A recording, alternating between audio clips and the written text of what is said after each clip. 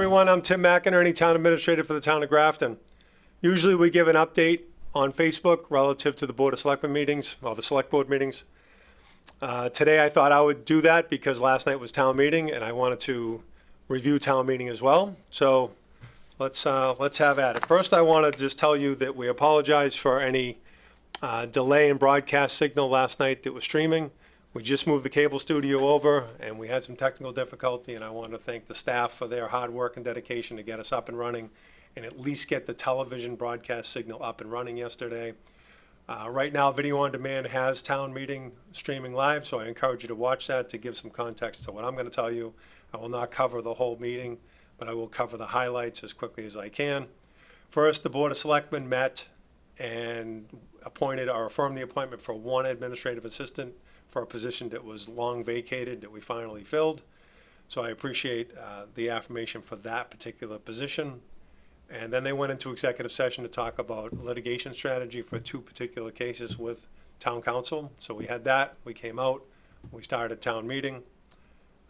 We did have an incident with a gentleman who was ill halfway or three-quarters through the meeting, and we've heard from his family. He's doing fine. We appreciate the feedback that the family gave us, and we're glad he's doing well. They've given him some tests and medicine and so forth, and we wish him a speedy recovery. So we appreciate him being at town meeting, and we're glad that he's doing well and wish him a speedy recovery.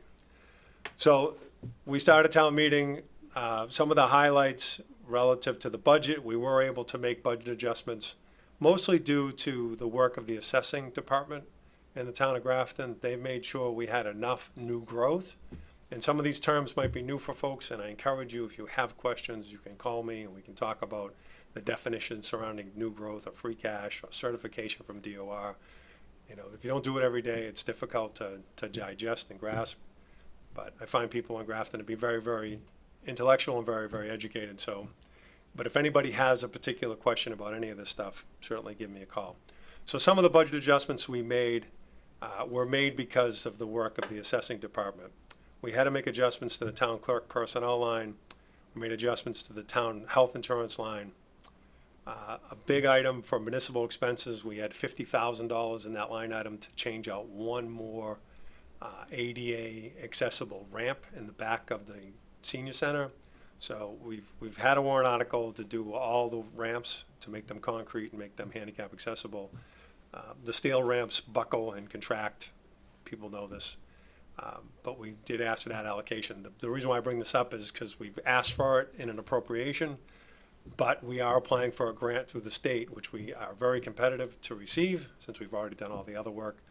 So we think we are in good shape to get that. But in the event that we don't get it, we'll have this money to use.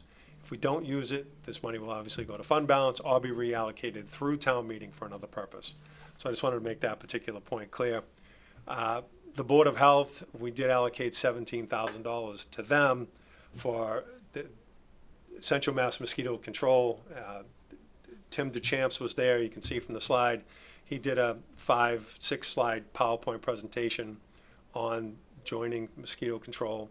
So there will be a charge. It'll be an offset on our cherry sheet for about $71,000 in fiscal 2021. But we want to start the program as soon as the weather breaks in the spring next year, so March, April timeframe. There's preventative measures that they can take.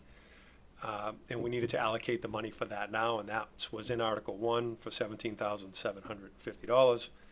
And then finally, $32,000 was allocated or appropriated to the school department for carbon monoxide detectors. The detectors work, there's no risk there, but they were getting an error message and they want to make sure that those things function properly. So in order to fix that, they needed $32,000 to make that fix.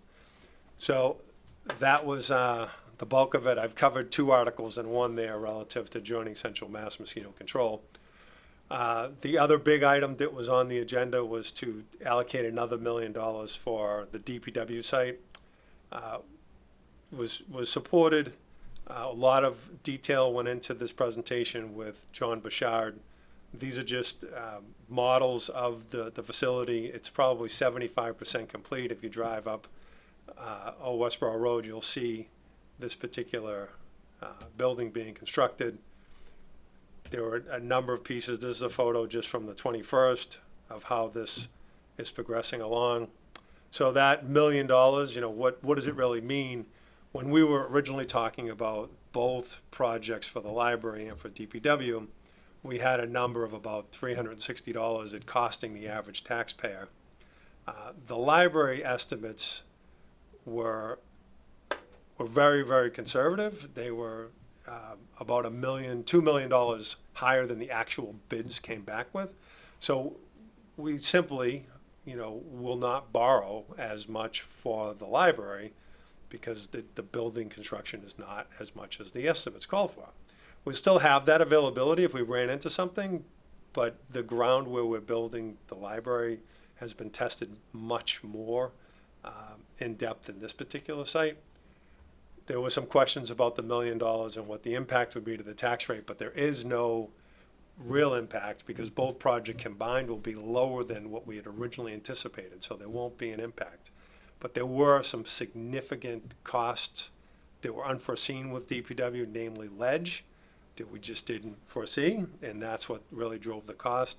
And the contingency on this project was relatively low considered or compared against the library project. So you have two projects very different from one another, but the budget makeup was significantly different in terms of the contingency. I think we had a 3.5% contingency for DPW, where we have 10 to 12 for the library. But the fiscal impact, there will be no fiscal impact more than what we had originally anticipated when we talked about the original projects being combined for a tax bill purpose. So we're trying to always trying to minimize the taxpayer's impact as we go through this. So we also voted on the road improvement stabilization account. This was approved in 2014. We have $1.5 million that go to road projects. This road segmentation that we are looking to do is vetted through the DPW, myself, DPW advisory, Board of Selectmen, and ultimately town meeting.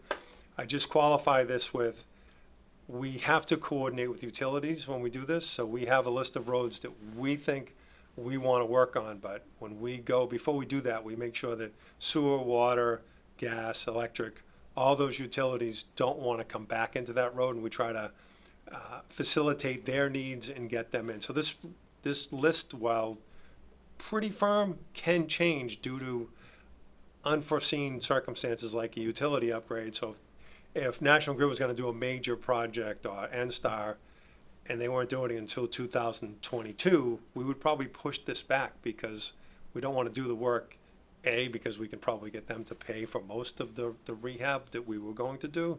So there's some benefit there. So when things get bumped around, that's usually the reason. So I just want to make you aware of two things. One is we allocated the money for it, and this is the roads list, but it's subject to change because of utility concerns.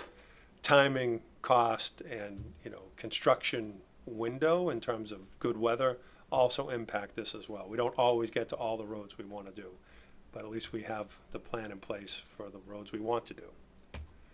The last thing, or one of the last things that we did that was a big deal, was the Grafton Energy Choice Program.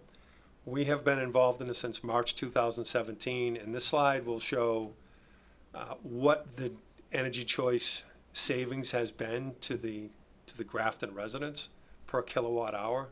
So there's been some significant savings for the residents as a result of this. You can see that the rate is significantly lower than the National Grid rate. So by town meeting allowing us to join this energy aggregation program where we aggregate all the electrical load in the town of Grafton, we are saving people money. There is a green choice for this too, if people were interested in reducing their carbon footprint just for their own home.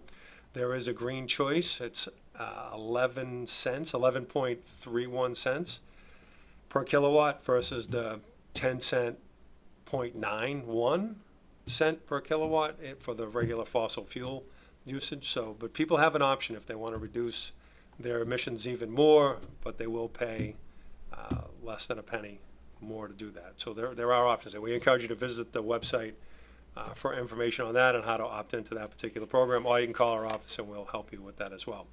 So for me, helping the taxpayer reduce their cost and adding a little bit of value has always been important to boards of selectmen, select boards, and myself. So this is kind of a value add service. So from 2017 to now, the average monthly savings, I know it's not a lot of money when you talk about $13, but that adds up to $158 annually for a cumulative total across 6,100 accounts that are enrolled in this program. $2.2 million have been saved cumulatively. And that offsets any additional tax impact on average that we've seen as a result of Prop 2.5 or new growth. So those things are in the back of my mind to offset those costs for residents. So we're lucky to have the support and the state legislators who designed a program that we could take advantage of. We're lucky that town meeting voted in 2016 to do the aggregation. And now we have an adder which will take 1/10 of a cent and put it into a fund where we can continue sustainability initiatives and help the ratepayers reduce their costs under this program. So that's really the essence of it. But I thought I would share the whole history of the 3.5 years that we've been involved in this program. The other item that we took up was we gave the Board of Selectmen the authority to enter into and/or take by eminent domain this green line. It probably doesn't show up very well on this map, but it's what we have for technology right now. But this green line is on a private property owner's property. There's no house built there. It was part of the conveyance for this particular land. We do want to alleviate some of the drainage problems that 2 residents are having on this road. So that green pipe will be installed hopefully next spring. There'll be some design, there'll be some permitting, but we did get authorization to take by gift or take by eminent domain that was laid out in green on that particular map. And our DPW will do the work, lay the pipe, but there will be a cost involved. Right now, our estimate and what was appropriated at town meeting was $130,000 to complete that project, so we hope to do that in the spring. And another matter that came before town meeting was a cell tower that is really it's on Indian Path currently. There's dispute between 2 parties on that particular site. One party wanted to move and submitted a request to planning to move closer to Greenie Drive to the parcel that I can't see without glasses, but I can blow it up for the slide. So where that 100 is in the 3AC, that would be the site that they would want to move to. That took a lot of public hearings with the planning board. So we thought that this town-owned land, which is landlocked, where the green outline is, would be a better place as it's higher, and it's certainly outside of the fall zone for a cell tower, would be for a cell tower to be located. So we went out to bid. We asked the question to the cell tower community, how much will you give the town to locate here? And we did receive one response from Crown Castle. Crown Castle is the same group that wanted to go on that smaller 3-acre parcel. They bid a purchase price of $300,000 for the parcel, or $24,600 a year with 30 years with a 3% escalator, which the math turns out to be about $1.2 million for the 30-year duration.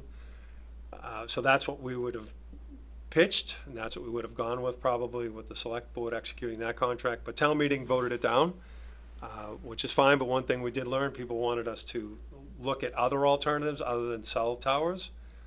I don't believe that there's a higher and better use, but we can put out an invitation for bid or an invitation for proposals, asking people to tell us what they will do with the site if they owned it and what they will pay the town. So we can set a different criteria. Hopefully we'll get responses in the millions of dollars like we did with this over the 30-year period. But again, those are really matters for the select board to direct me on. If they do that, then I will take that initiative and move that forward. And then ultimately we still would have to go back to town meeting and for whatever the proposal is still gonna have to go through a planning process. So I wanted to bring the community up to speed on that particular one. And that is actually the last slide that I have. There was one, the Capital Improvement Planning Committee was charged in May for creating a bylaw, which they brought to town meeting last night. And that did not pass. I believe the select board will have discussions about the next steps on Capital Improvement Planning Committee, and if there should be anything done differently with that. Other than that, I just encourage, I want to thank everyone for coming, for showing up at town meeting and voting and participating in our democratic process of town meeting. Nothing happens without town meeting approval. We have to explain to you, we have to explain to Finance Committee, selectmen, other residents, but town meeting is really where the legislative body rests, and you allocate the money that we need to run. So we need to, give you good information to help you make good decisions. And we appreciate the fact that you're there and you show up and you gather information and you vote the way you think is in the best interest of the community. So we appreciate that, and we hope you have a great Halloween, and we appreciate your time. Thank you.